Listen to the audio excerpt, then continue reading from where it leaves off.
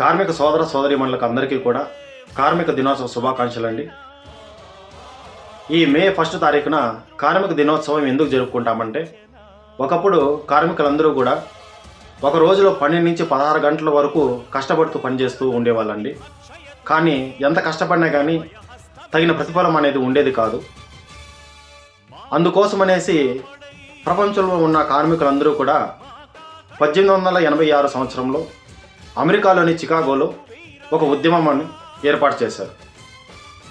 ఆ ఉద్యమంలో 8 గంటల పని సరిపోతుంది అనే నినాదంతో ఉద్యమాన్ని ప్రారంభించారు. మే 4న హే మార్కెట్లో అఫైర్ సంఘటన వల్ల ఉద్యమం తీవ్ర రూపం దాల్చి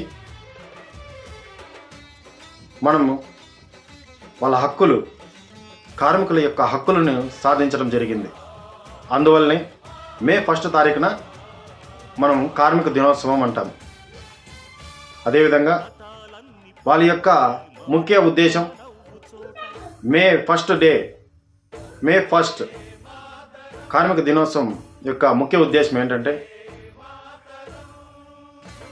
8 గంటల పని, 8 గంటల విశ్రాంతి, 8 గంటలు వ్యక్తిగత జీవితాన్ని అనుభవించే విధంగా ఉండాలన్నది కార్మికుల యొక్క సందేశం, వాళ్ళ యొక్క ఆలోచన విధానం. కాబట్టి ఇవాళ మే 1 తారీఖున కాబట్టి అందరూ కూడా కార్మికులు ఎవరైతే ఉన్నారో, ఇల్లు నిర్మించే మేస్త్రి కానివ్వండి, లారీ డ్రైవర్లు కానివ్వండి, క్లీనర్లు కానివ్వండి, అదేవిధంగా మున్సిపల్ కార్మికులు కానివ్వండి, విద్యుత్ కార్మికులు కానివ్వండి, ఇలాగా శారీరకంగా మానసికంగా పనిచేసే వాళ్ళు ప్రతి ఒక్కరూ కూడా కార్మికుల లెక్కల్లోకే వస్తారండి.